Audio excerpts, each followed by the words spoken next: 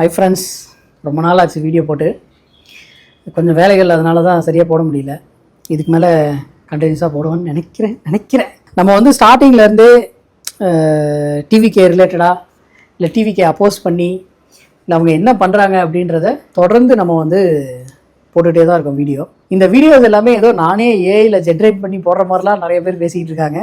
இது எல்லாமே ட்விட்டரில் இன்ஸ்டாவில் இருக்கிற வீடியோஸ் தான். நம்ம வந்து இவங்க கட்சி ஆரம்பித்ததுலேருந்தே இவங்க வந்து எந்த மாதிரியான ஒரு மனநிலையில் இருக்காங்க அப்படின்றத தொடர்ந்து சொல்லிகிட்டே தான் இருக்கோம்.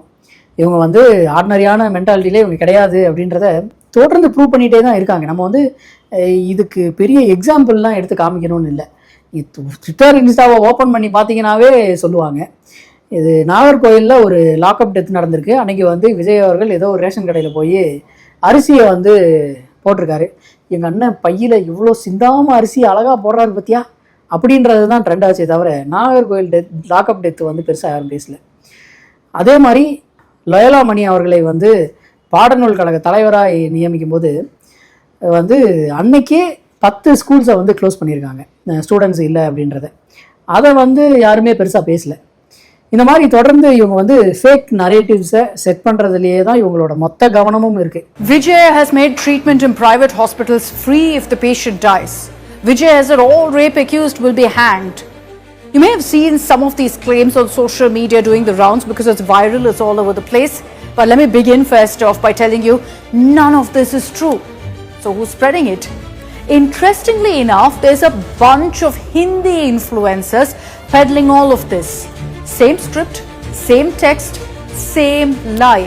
These influencer videos on social media are going viral and they all have dramatic thumbnails like Talapati Vijay ka bada naya faisla. But how is it that they all have the exact same script? பார்த்தீங்களா, national மீடியாவில் போட்டு கேள்வி கேட்குறானுங்க, கிளிக்கிறானுங்க. North இந்தியாவில் இப்போ வந்து விஜய் அவர்களை famous பண்ணணும் அப்படின்ற ஒரு தாட்டில் நிறைய இன்ஃப்ளூயன்சர்ஸ்க்கு வந்து காசு கொடுத்து இந்த வேலையில் இறங்கியிருக்காங்க. ஏன்னா இவங்க வந்து அதுவும் உண்மையை சொன்னால் கூட பரவாயில்ல, இதெல்லாம் நீங்கள் கேட்டிங்கன்னா என்னது அப்படின்ற மாதிரி ஆச்சரியப்படுற மாதிரி இருக்கும். தமிழ்நாட்டில் பேஷண்ட் ஒருத்தர் வந்து ஹாஸ்பிட்டலில் அட்மிட் ஆகி அவர் வந்து சிகிச்சை பலன் என்று இறந்துட்டார் அப்படின்னா அவருக்கான பண்ண சிகிச்சைக்கான காசு எல்லாமே ஃப்ரீ அப்படின்னு சொல்லி போட்டுக்கிட்டு இருக்காங்க. பாலியல் வன்புணர்வு பண்ணி யாராவது மாட்டுறாங்க இல்லை குழந்தைகளை வந்து ஏதாவது டிஸ்டர்ப் பண்ணுறாங்க அப்படின்றவங்களுக்கு உடனே தூக்கு தண்டனை அப்படின்னு சொல்லி விஜய் அவர்களுடைய ஆட்சி இங்கே வந்து ரூல் செட் பண்ணியிருக்கு அப்படின்னு நார்த் இந்தியாவில் எல்லா இன்ஃப்ளூயன்சர்ஸும் எடுத்து போட்டுக்கிட்டு இருக்காங்க. எல்லா நேஷ்னல் மீடியாவுமே இது வந்து ஒரு பெரிய பிளண்டராக பார்க்குறாங்க. என்னையா இப்படி போய் சொல்கிறீங்க? இதில் வந்து கவனிக்கக்கூடிய ஒரு பெரிய விஷயம் என்னென்னா, இவங்க வந்து யூஸ் பண்ணுற அந்த ஃபோட்டோ, அந்த தம்ப்நெயில் எல்லாமே சேமாக இருக்குது. நார்த் இந்தியாவில் இருக்க மீடியாவுக்கே சந்தேகம், ஏன் என்ன எல்லாமே சேமாக இருக்குது, ஏதாவது ஒரு பிஆர் குரூப் வந்து இதுக்கு பின்னாடி வேலை செய்தோ அப்படின்ற ஒரு சந்தேகம் வந்து அவங்க ஆல்ரெடி எழுப்ப ஆரம்பிச்சிட்டாங்க. எனக்கும் அதே சந்தேகம் தான். இந்த இன்ஸ்டாகிராமை வைத்து தான் விஜய் அவர்கள் வந்து ஆட்சியை பிடிச்சார் அப்படின்றதுல எந்த ஒரு சந்தேகமும் கிடையாது.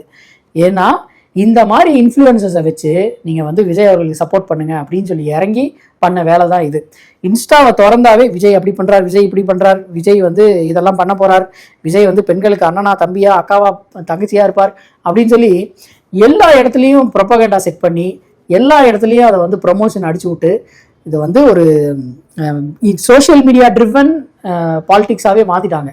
இப்போ வந்து வேறு வழி இல்லாமல் டிஎம்கேவும் ஏடிஎம்கேவும் மற்ற கட்சிகளும் இன்ஸ்டாவில் வீடியோ போடுற நிலைமைக்கு ஆயிடுச்சு, ட்விட்டரில் வீடியோ போடுற நிலைமைக்கு ஆயிடுச்சு.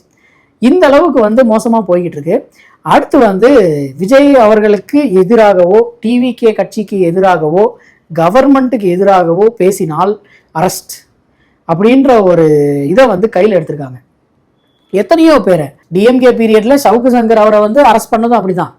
இப்போ டிவிகே வந்து இவங்க பண்ணுறதும் அதே விஷயமா தான் இருக்குது. தொடர்ந்து வந்து இந்த மீடியாவில் பேசுகிறவங்களையும் ட்விட்டரில் வீடியோ போடுறவங்களையும் இன்ஸ்டாவில் வீடியோ போடுறவங்களையும் நீங்கள் யோசிச்சு பாருங்களேன். இன்ஸ்டாவில் விஜய் அவர்களை வந்து விஜய் அப்படின்னு பேர் சொல்லிட்டாவே அது வந்து ஒரு அஃபென்ஸாம். சிஎம் விஜய்னு சொல்லுங்க அப்படின்னு சொல்லி கீழே வந்து கமெண்ட் பண்ணுறானுங்க. ஸ்டாலின் அவர்களை பற்றி இவங்க விர்ச்சுவல் வாரியர்ஸ் என்னென்ன பேசினாங்க, அதுக்கு ஏதாவது கேஸ் போட்டிருக்காங்களா? நீங்கள் வந்து யோசிச்சு பாருங்களேன். அந்த மாதிரி விர்ச்சுவல் வாரியர்ஸ் மேலே கேஸ் போடணுன்னா எத்தனை கேஸ் போடணும்? என்னென்ன பண்ணாங்க? சங்கீதா அவர்களுடைய ஃபோட்டோவையும் ஸ்டாலின் அவர்களுடைய ஃபோட்டோவையும் ஒன்றா சேர்த்து வச்செல்லாம் போட்டுக்கிட்டு இருந்தாங்களே. அந்த கேவலமான ஈன புத்தியெல்லாம் எப்படி இவங்களுக்கு வந்தது? அப்போ அவங்கெல்லாம் என்ன பண்ணிக்கிட்டு இருந்தாங்க? இப்போ டிஎம்கே பீரியடில் வந்து இது எல்லாமே ஒரு மாதிரியான வதந்தி, இது வந்து ஒரு புரளி பேசுறது. அந்த மாதிரியாக தான் இதை பார்த்தாங்க. ஆனால் டிவிகே கவர்மெண்ட் அதை வச்சு தானே வந்திருக்காங்க. அப்படின்னும் போது அவங்களுக்கு வந்து இதை தாங்கிக்க முடியல. நம்மளை பற்றி எப்படி அவன் தப்பாக பேசலாம், அவனை தூக்கு, அதுதான் போய்கிட்டு இருக்கு. தொடர்ந்து எல்லா இடங்களையுமே அதுதான் ப்ரூவ் பண்ணிட்டு இருக்காங்க. இன்னைக்கு வந்து சென்னை ஹைகோர்ட்டுக்கு அரசு வந்து அறிவுரை, சமூக வலைத்தள பதிவுக்காக கலவரங்களை தூண்டுதல் உள்ளிட்ட பிரிவுகளை கீழ் வழக்குகள் பதிவு செய்வதை தவிர்க்க வேண்டும் என தமிழ்நாடு அரசுக்கு சென்னை உயர்நீதிமன்றம் அறிவுரை. ஏன்னா இவங்க வந்து விஜய் அவர்களை பற்றி யாராவது ஏதாவது தப்பாக பேசிட்டா உடனே கேஸ். ஐயோ, என்ன எப்படி அவன் தப்பாக பேசலாம்? ஏங்க அந்த மாதிரி பார்த்துட்டு இருந்தீங்கன்னா எத்தனை பேர் மேலே கேஸ் போடுவீங்க? இப்போ வந்து இது வீடியோவாக உங்களுக்கு வந்து தெரிஞ்சிருச்சு. இப்போ தெரியாமல் எத்தனையோ பேர் வந்து பேசிக்கிட்டு இருக்காங்களே, அதுக்கெல்லாம் என்ன பண்ணுவீங்க? இதெல்லாம் கடந்து போகணும். அதுதான் ஒரு பெரிய தலைவனுக்கு அழகு. அதை விட்டுட்டு பேசுகிறவங்க எல்லார் மேலேயும் கேஸ் போட்டுக்கிட்டு இருந்தால் எத்தனை கேஸ் போடுவீங்க? எத்தனை நாளைக்கு போடுவீங்க? இப்போ வந்து ஒரு சிலர் பேசுகிறாங்க, ஆட்சி சரியில்லைன்னா மொத்தமாக பேசுவாங்களே, அப்போ என்ன பண்ணுவீங்க? அப்போ இதே தானா? எனக்கு வந்து இந்த கான்செப்ட் வந்து புரியவே இல்லை. எனக்கு பத்திரிகையாளர்களை வந்து தவிர்த்துட்டு இந்த ஃபங்க்ஷன் எல்லாம் பண்ணுறது, பத்திரிகையாளர்களை இப்போது கரூருக்கு அவருக்கு போனப்போ உள்ளே கூட விடல, பத்திரிகையாளர்களை வெளியே நிற்க வச்சுட்டாங்க. மக்களோட மக்களாக நாங்கள் ஷூட் பண்ணி தரோம், உங்களுக்கு லைவ் தானே வேணும், நாங்கள் கொடுக்குறோம் அப்படின்னு சொல்லி எல்லாரையுமே வெளியே நிற்க வச்சுட்டாங்க. எனக்கு இந்த பத்திரிகையாளர்கள்ட்ட கேட்கறதுக்கு ஒரே விஷயம் தான் இருக்குது, இவ்வளோ கேவலமாக நடத்தியும் திரும்ப திரும்ப பின்னாடியே ஓட வேண்டிய நிலைமையிலேயே இந்த பத்திரிகைகள்லாம் இருக்குது. ஏன்னா அவன் மதிக்கவே இல்லை, அவன் வந்து சுத்தமாக மதிக்கவே இல்லை. அப்படி இருக்கும்போது விஜய் வந்து புறப்பட்டு விட்டார், வீட்டிலிருந்து கிளம்பி விட்டார், பல்லு விளக்கிட்டார், எந்திரிச்சிட்டார் அப்படின்னு இவங்க தான் போட்டாங்க. விஜய் அவர்களுக்கு பெரிய ஹைப் கொடுத்ததும் இவங்க தான். விஜய் அவர்கள் வந்து இப்போ அப்படியே ஒரு மாதிரி லெஃப்ட்ல டீல் பண்றதும் இவங்கள தான். அப்படி இருக்கும்போது எப்படி நம்ம வந்து இது வந்து ஒரு நேர்மையான ஆட்சி அப்படின்னு சொல்லி நம்ம எடுத்துக்கிறது? எனக்கு பத்திரிகையாளர்களை சந்திக்காத விஷயமே ஒரு பெரிய பிளண்டர் தான். அதுவே எல்லாருமே கேள்வி கேட்குறாங்க, சின்ன பசங்க உட்பட கேள்வி கேட்குறாங்க, ஏன் அவர் பத்திரிகையாளரை சந்திக்க மாட்டேங்கிறார்? சந்திச்சா மாட்டிக்குவார்ல, அதனால தான் சந்திக்க மாட்டேங்கிறாரு. அதுவும் ரீசெண்டாக வந்து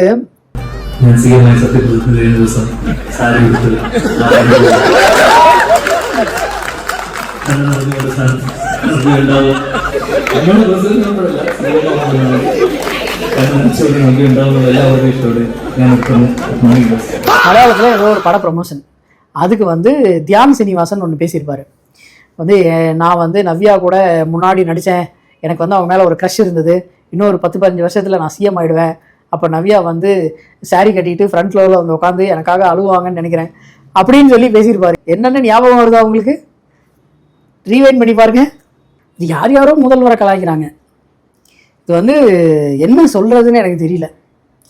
ஏன் நார்த் இந்தியாவில் கலாய்க்கிறாங்க, இந்த பக்கத்தில் கேரளாவில் கலாய்க்கிறாங்க, கன்னடாவில் போஸ்டர் வச்சாவே அடிச்சு துரத்துறானுங்க. இந்த அளவுக்கு தான் முதல்வருக்கான மரியாதை இருக்கா? இல்ல அவரே அவரை வந்து தாழ்த்துகிறாரா என்னன்னு தெரியல. நீங்க தப்பா ஆனா அவர் என்ன தெரியுமா சொல்றாரு, மக்கள் பணத்துல இருந்து கொடுப்பேன்னு சொல்லல, ஏன் பணம், நான் ஏன் பணத்தை தரேன், மக்கள் பணம் எனக்கு தேவையே கிடையாதுன்றாரு அவரு. தாவேக அரசு வந்து ஆட்சிக்கு வந்ததுக்கு அப்புறம் தமிழ்நாடு வந்து சுவிட்சர்லாண்டாக மாறப்போகிறது, தமிழ்நாடு வந்து சிங்கப்பூராக மாறப்போகிறது அப்படின்னு சொல்லி நிறைய பேர் வந்து பேசிக்கிட்டு இருந்தாங்க.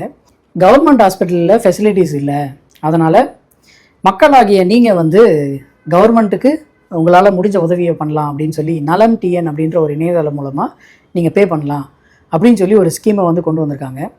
எந்த ஆட்சி காலத்துலேயும் இல்லாத அளவுக்கு நீங்கள் வந்து கவர்மெண்ட்டுக்கு நீங்களே காசு கொடுக்கலாம். அதை தான் நாங்கள் இத்தனை வருஷமாக பண்ணிக்கிட்டு இருக்கோம். டேக்ஸுன்ற பேரில் அதை தான் நாங்கள் வாங்கிட்டு இருக்கீங்க. எஸ்ஜிஎஸ்டி சிஜிஎஸ்டி அப்படின்ற ஒரு விஷயம் எல்லா இடத்துலையுமே வருது. அந்த எஸ்ஜிஎஸ்டி அப்படின்ற விஷயம் எதுக்கு? ஸ்டேட் கவர்மெண்ட்டோட தான் அது. நாங்கள் ஒரு விஷயத்துக்கும் காசு கட்டிக்கிட்டு தானே இருக்கோம், இது என்ன புதுசாக இருக்குது அப்படின்ற மாதிரி இருந்தது. இது வந்து மாற்றம் அல்லவா, அதனால் இதுலேயும் ஒரு விதமான மாற்றத்தை வந்து உண்டுபடுத்தியிருக்காங்க. நீங்கள் ஒரு பிரச்சனை நடக்குது, இல்லை எதுக்காவது ஃபண்ட்ஸ் இல்லை அப்படின்னா கவர்மெண்ட்டு தான் அதிலிருந்து எடுத்து எல்லாமே பண்ணணும். நீ மக்கள்கிட்ட கேட்குறது என்ன ஒரு இதுன்னு எனக்கு தெரியல. நீங்கள் மக்கள் தானேங்க உங்களுக்கு எல்லா டேக்ஸுக்குமே கொடுத்து, ஸ்டேட் கவர்மெண்ட்டே அதுக்கு தானேங்க ரன் ஆகுது. அதை எப்படி யூட்டிலைஸ் பண்ணணுன்ற விஷயத்த நீங்கள் தானே முடிவு பண்ணணும். அதை விட்டுட்டு நீங்கள் வந்து இந்த மாதிரி கவர்மெண்ட் ஹாஸ்பிட்டல்ஸ் இந்த மாதிரி இருக்குது, அதை மேம்படுத்துறதுக்கு நீங்களே நன்கொடை கொடுக்கலாம் அப்படின்னா எனக்கு புரியல.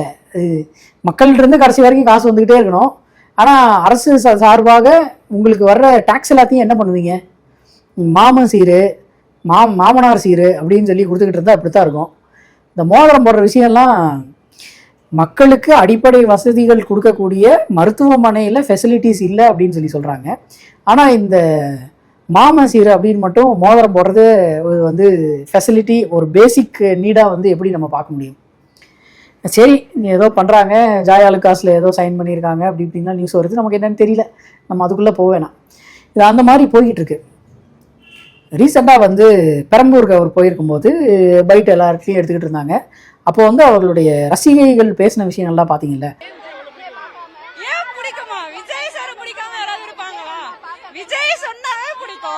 அவர் வந்து நிக்கிறப்பே எங்களுக்கு அவர் தான் சிஎம், இதுக்கப்புறம் அவர் தான் சிஎம். யாரெல்லாம் சொன்னாங்கன்னா தற்கொலைலாம் கிடையவே கிடையாது. நாங்க தான் அடுத்த எல்லா வருஷமும் சிஎம்.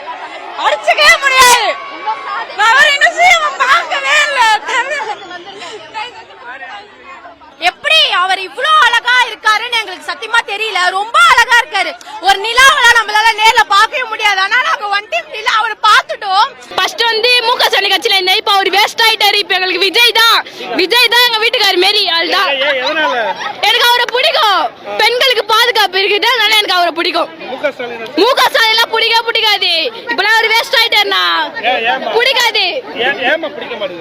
மயிர்னா அவர் என்ன பண்ணாரு, பெண்களுக்கு என்ன பண்ணாரு அவரு. சின்ன வயசுல இருந்து அவரை பார்க்கணும்னு பார்த்தாச்சு. இன்னைக்கு வாங்கணும்ன்றதை விட அவரை பார்த்ததான் ரொம்ப சந்தோஷம்.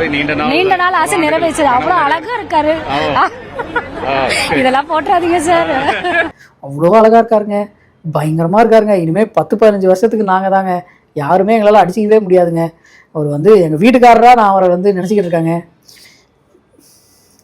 நீங்கள் வேணா மக்களே, நீங்கள் வேணா பாருங்க, இன்னும் ஒரு 10 வருஷத்துக்கு இவங்க போடுற ஓட்டெல்லாம் அங்கே தான் போக போகுது. நார்மல் பீப்புள் ரெண்டுத்துக்கும் நடுவில் இருப்பாங்கல்ல, அவங்க மாறினால் மட்டுமே ஆட்சி மாறும். இல்லைன்னா திரும்பவும் அடுத்த ஆட்சியும் விஜய் அவர்களுடைய ஆட்சி தான். இதில் வந்து எந்த சந்தேகமும் இல்லை. இந்த மாதிரி இருக்கிறவங்கள வந்து நம்ம திருத்த முடியாது, அதுதான் பெரிய பிரச்சனை. நீங்கள் யோசிச்சு பாருங்களேன், உங்களுக்கு வந்து விஜய் அவர்கள் ரிலேட்டடாக உங்கள்கிட்ட வரிஞ்சு கட்டிட்டு வந்து நிற்கிறது, உங்கள்கிட்ட வந்து சப்போர்ட் பண்ணுறது, இல்லை உங்கள்கிட்ட வந்து சண்டைக்கு எதிர்த்து நிற்கிறது, அதாவது விஜய் ஆட்சி சரியில்லை அப்படின்னு சொல்லிட்டா எதிர்த்துக்கிட்டு நிற்கிறது. விஜய் வந்து அவ்வளோ க்யூட்டாக இருக்கார்ல, விஜய் வந்து எப்படி இருக்கார் பார்த்தியா, விஜய் வந்து அவர் கையாலே சாப்பிட்றாரு தெரியுமா அப்படின்னு சொல்கிற எல்லாருமே இன்ஸ்டாகிராமில் ரொம்ப ஆக்டிவாக இருப்பாங்க.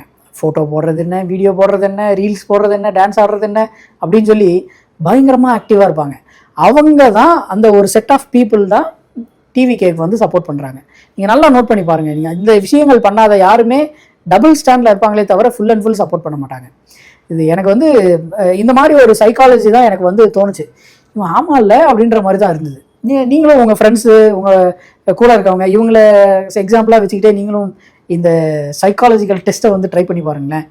பயங்கரமாக ரீல்ஸ் போடுவான், பயங்கரமாக ஃபோட்டோ போடுவாங்க, எதை பார்த்தாலும் வீடியோ எடுக்கணும், ஃபோட்டோ எடுக்கணும்னு நினைக்கிறவங்க, அடிக்கடி ரொம்ப இன்ஸ்டாவில் ஆக்டிவாக இருக்கிறவங்க, இவங்கள் தான் டிவிகேக்கு சப்போர்ட்டர்ஸாக இருக்காங்க. இவங்க தான் டிவிகேவோட டார்கெட்டும். இன்ஸ்டாவை இவங்களை வச்சு தான் எல்லா வேலைகளையும் சாதிச்சுக்கிறாங்க. இன்ஸ்டாவில் நீங்கள் நல்லா நோட் பண்ணி பார்த்தீங்கன்னா தெரியும், நீங்கள் வந்து விஜய் அவர்கள் வின் பண்ண எல்லா கான்ஸ்டிடியூவன்சியுமே மெயினாக இருக்கிற சிட்டிஸ், இந்த பின்தங்கி இருக்கக்கூடிய மாவட்டங்கள், ராமநாதபுரமாக இருக்கட்டும், புதுக்கோட்டையாக இருக்கட்டும், அங்கெல்லாம் எங்கேயுமே வின் பண்ணல. ஏன்னா அங்கே வந்து ட்விட்டர், இன்ஸ்டாவோட யூசேஜ் கம்மியாக இருந்திருக்கு. அதனால் வந்து அவங்க எங்கேயுமே வின் பண்ணல. எங்கெங்கெல்லாம் ட்விட்டர், இன்ஸ்டாவோட யூசேஜ் அதிகமாக இருக்கோ அங்கே எல்லாமே வின் பண்ணியிருக்காங்க. ஏன்னா மக்கள் வந்து தொடர்ந்து அப்டேட்ஸாக பார்ப்பாங்க. இது வந்து அடுத்து என்ன நடக்குது அப்படின்றத அப்டேட்டாக இருக்கணும்னு நினைக்கிறவங்க. அப்படி இருக்கிறவங்களுக்கு இன்ஸ்டா மூலியமா எல்லா இன்ஃப்ளூயன்சர்ஸும் வீடியோவாக போட்டு தள்ளி, எங்கள் அண்ணனுக்கு நான் தான்டா சப்போர்ட் பண்ணுவேன், நான் வந்து நடுநிலையானவன்டா, இது வந்து மாற்றத்திற்கான ஆட்சிடா அப்படின்னு சொல்லி மாற்றி பொய்யா சொல்லி நம்மளை வந்து ஏமாற்றி ஓட்டு போட வச்சு இப்போ வந்து உட்காந்துட்டாங்க. நான் இன்னொரு வீடியோ ஆட் பண்ணணும்னு நினைக்கிறேன். இந்த ஆஸ்திரேலியாவுக்கு வந்து ரீசெண்டாக பிரைம் மினிஸ்டர் நரேந்திர மோடி அவர்கள் வந்து போயிருந்தாங்க. அவர் வந்து போய் அந்த ஃப்ளைட்லேருந்து இறங்கி கொஞ்சம் தூரத்துக்கு வந்து ரெட்டு மேட்ரஸ் விரிச்சிருந்தாங்க, ரெட் கார்பெட் வந்து விரிச்சிருந்தாங்க. அதுக்கு ஆஸ்திரேலியன் கவர்மெண்ட்டோட ஆஸ்திரேலியன் சேனல் ஒன்று வந்து பயங்கரமாக கலாய்ச்சி தள்ளியிருந்தாங்க.